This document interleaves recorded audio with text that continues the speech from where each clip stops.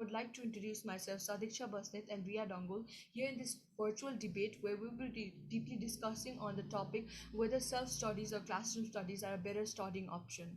Uh, we will be putting forward our views on this topic and deciding which or one of them are better according to us. We would like to thank Ms. Kiran Thapa ma'am for providing us and blessing us with this opportunity to speak on such an important topic of discussion. Thank you.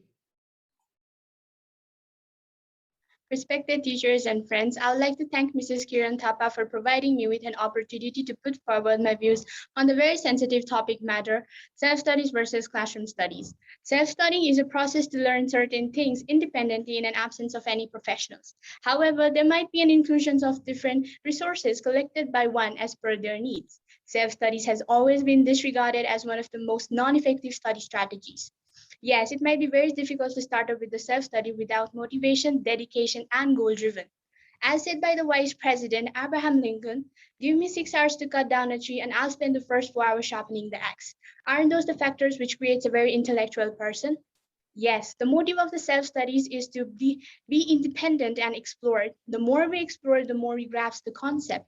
Trying is always first step towards the success. The more we try, the more we thrive. Classroom's target is to provide information to a huge amount of people at the same time, but little do we all know people differ from one another. As mentioned above, the curriculum has broad fields of subjects, and catching up with every subject and its respective topic is impossible at the same time. One of the huge consequences that I myself as a student came across is the time legibility. A student might get absent in their regular classroom study sessions, and now here the chances are 90% involved that the teacher won't go back their courses just for that particular person. Moreover, here we encounter a very popular term called friends. These friends might be very helpful in these kinds of situations, but have you ever came across in a very pin-drop silent classroom followed by the studious environment? Probably not. So when it comes to self-studies, it's the friends are the only a huge source of distractions.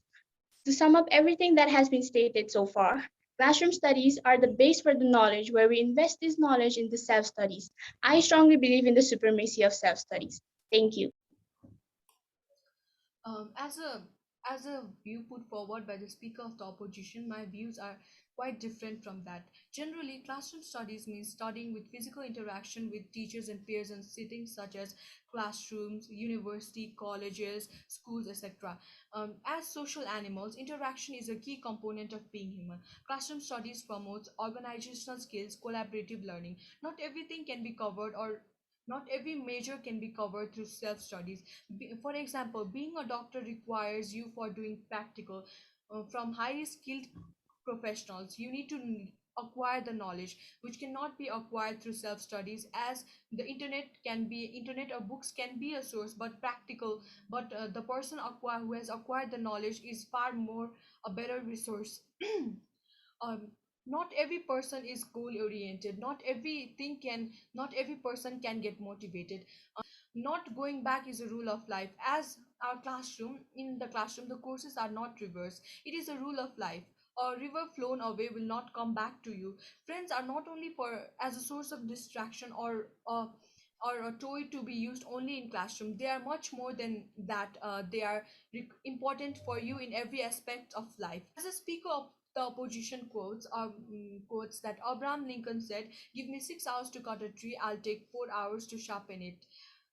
How we all know Abraham Lincoln as the person who wrote a letter to his son's teacher asking him to teach valuable lessons. If he was so consistent on supporting self studies, why would he write a letter to his son's teacher? He would far away be better off teaching his son in his own home. Though I agree that exploration is a very necessary, research is a very necessary part of today's modern world, but I firmly disagree that classroom studies on the self studies are all about exploration. We all know that exploring is only available in traveling or other activities of life. This is acquiring knowledge which might be passed down from generation to generation. I believe that self studies provide few advantages, but as a holistic approach, it might cost less, but it certainly does not provide any benefit. Seeing everything through holistic approach is a very necessary thing. Thank you.